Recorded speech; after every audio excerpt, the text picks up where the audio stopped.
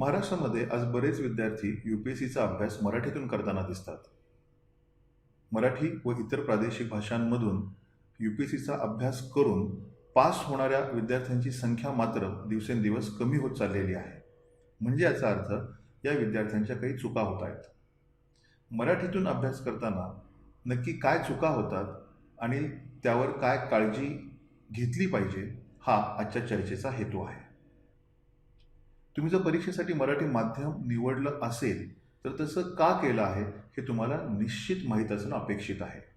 बरेच विद्यार्थी पुढील 2 कारणं देतात मराठीमधनं परीक्षा का देतो यासाठी, परंतु ही दोन्ही कारणं पूर्णपणे चुकीची आहेत. पहिलं कारण म्हणजे जर तुम्ही मराठीमधून पेपर लिहिले तर मराठीच प्राध्यापक तुमचे पेपर तपासतात, त्यांना तुमच्याविषयी सहानुभूती असते आणि त्यामुळे तुम्हाला 2 मार्क जास्त देतात, हा अपसमज. UPSC पेपर कसं तपासतं हे तुम्हाला माहीत नाही हे याच्यावरून कळून येत आहे. काही वेळेला समाजामधील प्रतिष्ठित व्यक्ती किंवा कधीकधी तर पूर्वी पास झालेले अधिकारी सुद्धा अशा प्रकारचा अपसमज गैरसमजातून महाराष्ट्रामध्ये पसरवताना दिसतात. या मुद्द्याकडे पूर्ण दुर्लक्ष करा. UPSC पेपर तपासताना कुठल्याही भाषेविषयी डावं उजवं करत नाही. सगळ्या भाषातले पेपर एकत्र करून एकाच सेंट्रलाइज कमिटीद्वारा तपासले जातात आणि गुण देण्यासाठी सगळ्याच भाषांकरता समानच निकष असतात. काही विद्यार्थी दुसरं एक कारण देतात. त्यांचं कारण असतं की आमचं इंग्लिश वीक आहे. डेफिनेटली कारण असू शकतं, पण इंग्लिश वीक आहे म्हणजे तुमचं मराठी चांगलं आहे का? इनफॅक्ट बहुतांश विद्यार्थ्यांच्या बाबतीत मला आतापर्यंत हे जाणवलेलं आहे की त्यांचं इंग्रजी बरोबरच मराठीही वीक आहे. केवळ तुमची मातृभाषा मराठी आहे म्हणून तुमचं मराठी चांगलं आहे या भ्रमात तुम्ही राहू नका. UPSCसाठी चांगलं मराठी असणं गरजेचं आहे. तुम्हाला चांगलं लिहिता आलं पाहिजे, त्याचप्रमाणे मराठीतून तुम्हाला चांगलं बोलता यायला पाहिजे. तिसरं एक कारण दिलं जातं आणि ते मला सगळ्यात योग्य कारण वाटतं की इंग्रजीपेक्षा मराठीमध्ये अभ्यास करताना, पेपर लिहिताना किंवा मला बोलताना कम्फर्टेबल वाटतं. बऱ्याच विद्यार्थ्यांचं इंग्रजी चांगलं असून सुद्धा केवळ मराठीत ते जास्त कम्फर्टेबल फील करतात म्हणून त्यांनी मराठी माध्यम निवडलेलं दिसतं. परंतु हे करताना एक काळजी घ्या. सुरुवातीला इंग्रजी आणि मराठी दोन्हींमधून थोडा थोडा अभ्यास करून बघा. दोन्हींमधून थोडं लिहून बघा आणि दोन्ही भाषांमध्ये बोलून सुद्धा बघा आणि तज्ज्ञांना, मी तुमच्या फॅकल्टीजला किंवा सिनियर्सला ठरवू द्या की तुमचं मराठी आणि इंग्लिश यापैकी नक्की काय चांगलं आहे. बऱ्याच वेळेला काय होतं की जेव्हा आपण UPSCचा अभ्यास करायला सुरुवात करतो तेव्हा economics, polity, international relations, history यासारख्या विषयांचा इंग्रजीमधनं अभ्यास करणं अवघड जातं. याचं कारण हे विषय आपण इंग्रजीमधनं शाळेमध्ये अभ्यासलेले नसतात. ह्या विषयांचा आपला वोकॅब तयार नसतो. पण जर ह्या विषयांचा तुम्ही इंग्रजीमधनं 15-20 दिवस जरी अभ्यास केला तरीसुद्धा एकदा का तो शब्दसंग्रह, वोकॅब्युलरी तुम्हाला अवगत झाली तर पहिल्या दिवशी वाटतं तेवढं इंग्रजीमधनं नंतर अभ्यास करणं अवघड जाणार नाही. पण हा तिसरा मुद्दा मी नक्की ॲक्सेप्ट करेल. तर इंग्रजीपेक्षा मराठीमध्ये तुम्हाला कम्फर्टेबल फील होत असेल तर तुम्ही डेफिनेटली मराठीतनं अभ्यास करायला हरकत नाही. जर तुम्ही मराठीतनं परीक्षा देणार असाल तर तुम्हाला 2 समस्यांना सामोरं जावं लागेल हे पहिल्या दिवशीपासून लक्षात ठेवा. पहिली समस्या म्हणजे मराठी हे जर तुमचं माध्यम जर असेल तर वैकल्पिक विषयांच्या निवडीवर आपोआपच काही कन्स्ट्रेंट्स येतात. म्हणजे हिस्ट्रीसारखे 2-3 विषयच तुम्ही निवडू शकता. आणि दुसरं म्हणजे इंग्रजी टू मराठी ह्या भाषांतरामध्ये तुमचा सबस्टॅन्शियल वेळ जाणार आहे. त्यामुळे जे विद्यार्थी इंग्रजीमध्ये अभ्यास करतात त्यांच्यापेक्षा कुठेतरी मागं पडल्यासारखं तुम्हाला वाटेल, परंतु त्याला पर्याय नाही. आता मराठीमध्ये अभ्यास करताना काय चुका होतात आणि काय काळजी घेतली पाहिजे याची आपण चर्चा करूयात. पहिली आणि आजच्या चर्चेतली सगळ्यात महत्त्वाची गोष्ट म्हणजे मराठीमधनं अभ्यास करणं आणि मराठीमध्ये पेपर लिहिणं ह्या 2 गोष्टी वेगळ्या आहेत हे तुम्ही समजून घ्या. बरेच विद्यार्थी माझ्याकडे येतात आणि विचारतात की सर, आम्हाला मराठीमध्ये पेपर लिहायचे आहेत तर सांगा मराठीमधनं आम्ही कुठली पुस्तकं वापरू. हा प्रश्न पूर्णपणे चुकीचा आहे. बरेच विद्यार्थी असं विचारतात की आम्हाला मराठीतनं परीक्षा द्यायची आहे, त्यामुळे आम्हाला मराठीचाच क्लास लावायचा आहे किंवा मला मराठीतूनच शिकायचं आहे. हे पूर्णपणे चुकीचं आहे. हे समजून घेण्यासाठी एक छोटीशी साधी फॅक्ट आहे बघा. मराठीमधनं पुस्तकं गेल्या 10 वर्षात उपलब्ध झालेली आहेत. 10 वर्षापूर्वी तर अजिबात मराठीमधनं पुस्तकं उपलब्ध नव्हती. पुण्या मुंबईसारख्या शहरांमध्ये गेल्या 10 वर्षातच क्लासेस चालू झालेले आहेत की जे मराठीमध्ये मार्गदर्शन करतात. म्हणजे खरं तर गेल्या 10 वर्षांमध्ये मराठीतून पास होणाऱ्या विद्यार्थ्यांची संख्या वाढायला पाहिजे होती, परंतु याच्या बरोबर उलटं घडताना दिसतंय.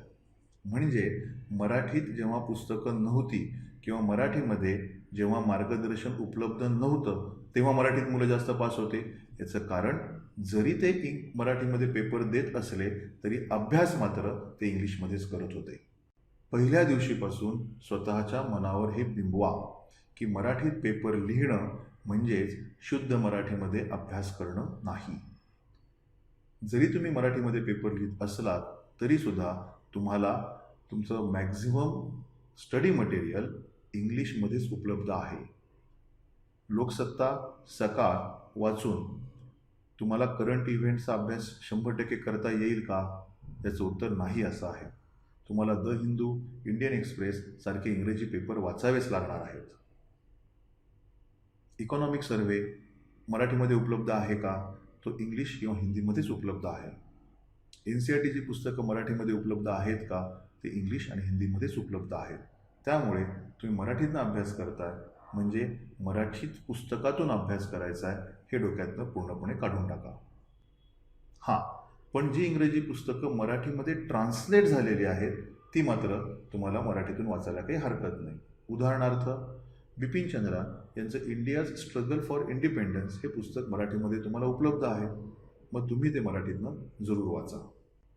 जस्ट टू समराईज, जरी पेपर तुम्हाला मराठीत लिहायचे असले तरीसुद्धा अभ्यास मात्र तुम्हाला इंग्लिशमध्ये करायचा आहे हे विसरू नका. पुढचा मुद्दा, प्रिलिम्सचे पेपर हे इंग्रजी आणि हिंदी भाषांमधनंच येणार आहेत. मुख्य परीक्षेचे पेपरही इंग्लिश आणि हिंदीमध्येच येणार आहेत. हे पेपर मराठीमध्ये येणार नाहीत. त्यामुळे जे विद्यार्थी फक्त मराठी पुस्तकांच्या आधारे अभ्यास करतात त्यांना प्रिलिम्स किंवा मेन्समध्ये 2-4 प्रश्न कळत नाहीत, त्यातल्या टर्म्स त्यांना कळत नाहीत आणि याच्यामुळे त्यांचे काही मार्क हातचे जातात. प्रिलिम्स आणि मेन्स या दोन्ही टप्प्यांवरती अतिशय स्टिफ कॉम्पिटिशन आहे याची तुम्हाला कल्पना आहे. जर 5-10 मार्क असे हातचे गेले तर आपण स्पर्धेमध्ये टिकू का? म्हणजे मराठीत जरी तुम्ही पेपर लिहिणार असाल तरीसुद्धा सगळ्या टर्मिनॉलॉजीज किंवा कन्सेप्ट्स हे तुम्हाला इंग्लिशमध्ये माहीत असणं अपेक्षित आहेच. तुम्ही जेव्हा इंटरव्ह्यूला जाता तेव्हा जरी तुम्ही मराठी माध्यम दिलं असलं आणि जरी तिथे ट्रान्सलेटर उपलब्ध असला तरी तुम्ही तुमच्या सिनियर्सला विचारा. UPSCचं पॅनल प्रत्येक प्रादेशिक भाषेतल्या विद्यार्थ्याला सांगतं की शक्य असल्यास तुम्ही आमच्याशी आयदर इंग्लिश किंवा हिंदीमधनं डायरेक्ट कम्युनिकेशन करा. आय थिंक हा कॉमन सेन्सचा भाग आहे की ट्रान्सलेटरची मदत घेऊन केलेल्या कम्युनिकेशनपेक्षा 1-to-1 कम्युनिकेशन हे जास्त इफेक्टिव्ह ठरणार आहे. त्यामुळे इंटरव्ह्यूमध्ये सुद्धा जर तुमचं इंग्लिश चांगलं असेल, जर तुमचं इंग्लिश संभाषणावर प्रभुत्व असेल तर त्याचा तुम्हाला नक्कीच फायदा होईल. काही विद्यार्थी मराठीतनं अभ्यास करताना मराठी प्रतिशब्द मिळवण्याचा अट्टहास करतात. जर तुम्ही पूर्वीचे UPSCचे क्वेश्चन पेपर्स ॲनालिसिस केलं असेल तर तुम्हाला असं लक्षात येईल की UPSC स्वतःच प्रत्येक वेळेला इंग्लिश टर्मला हिंदी टर्म शोधत नाही. उदाहरणार्थ इंग्लिशमध्ये जर प्रश्न असेल व्हॉट इज गोल्डन रिव्होल्यूशन तर हिंदीमध्ये सुवर्णक्रांती क्या है असा प्रश्न नसतो, तर गोल्डन रिव्होल्यूशन क्या है असा प्रश्न असतो. म्हणजेच तुम्ही जेव्हा मराठीमध्ये अभ्यास करणार आहात तेव्हा इंग्लिश टर्म तशाच वापरल्या तरीसुद्धा चालतील. जेव्हा तुम्ही geography, science and technology, environment, GS paper 4 याचा अभ्यास करायला सुरुवात कराल तेव्हा तुमच्या लक्षात येईल की ह्या विषयांसाठी मराठीमधनं अगदीच मटेरियल उपलब्ध नाही आहे. त्यामुळे तुम्हाला ह्या विषयांचं बऱ्यापैकी ट्रान्सलेशन करावं लागतं. पण बरेच विद्यार्थी याचा कंटाळा करतात, कारण त्याच्यामध्ये बराच वेळ जातो, इतरांपेक्षा मागे पडल्याचं फील येतं. पण हे लक्षात ठेवा की जर तुम्ही हे ट्रान्सलेशन नीट करून ठेवलं नाही, जर तुम्ही तुमच्या स्वतःच्या मराठीमध्ये हे मुद्दे जर वेगळे काढून ठेवले नाहीत, तर जरी तुम्हाला तो विषय समजला असला तरी परीक्षेमध्ये तुम्ही इफेक्टिव्ह उत्तरं लिहू शकणार नाही. म्हणजे तुमचं नोट मेकिंग हे शक्य असेल तितकं मराठीत असणं गरजेचं आहे. हे कायम लक्षात ठेवा की विषय समजणं म्हणजे UPSC पास होणं नाही. समजलेला विषय तुम्ही मेन्सला किती इफेक्टिव्हली लिहिता आणि इंटरव्ह्यूमध्ये तुम्ही किती इफेक्टिव्हली बोलता यावर तुमचे मार्क्स आधारित आहेत. त्यामुळे ते मराठीमध्ये ट्रान्सलेट करून ठेवणं अतिशय गरजेचं आहे. हे सगळे मुद्दे जर तुम्हाला पटले असतील तर एक उदाहरण घेऊन मराठीतनं अभ्यास कसा करायचा हे आपण बघूयात. असं इमॅजिन करूयात की आपल्याला इकॉनॉमीमधील पॉव्हर्टी ह्या चॅप्टरचा अभ्यास करायचा आहे. नॉर्मली विद्यार्थी काय करतील, तर एखादं मराठी पुस्तक घेतील अर्थव्यवस्थेचं आणि त्याच्यामधनं दारिद्र्य हा चॅप्टर वाचतील, त्याच्या नोट्स काढतील, त्याच्यावरती एखादं उत्तर लिहून बघतील आणि म्हणतील की झाला आमचा अभ्यास. परंतु तुम्ही असं करणार नाही आहात. तुम्ही मराठी पुस्तक पहिल्यांदा जरूर घ्याल, त्यातनं दारिद्र्य हा चॅप्टर मराठीमधनं जरूर वाचाल.